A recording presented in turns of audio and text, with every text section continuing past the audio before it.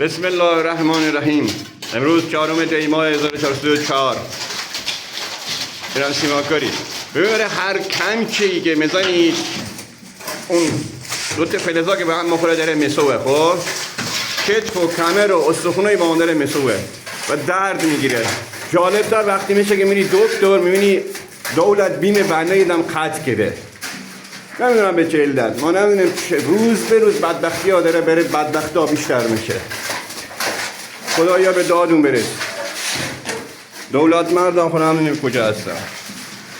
همه اینایی که داری بیدین زحمت میکشن این 4-5 نفر وقتی هم تو اون اتاق همه زحمت کشن بره خونه بدیشون دارن زحمت میکشن.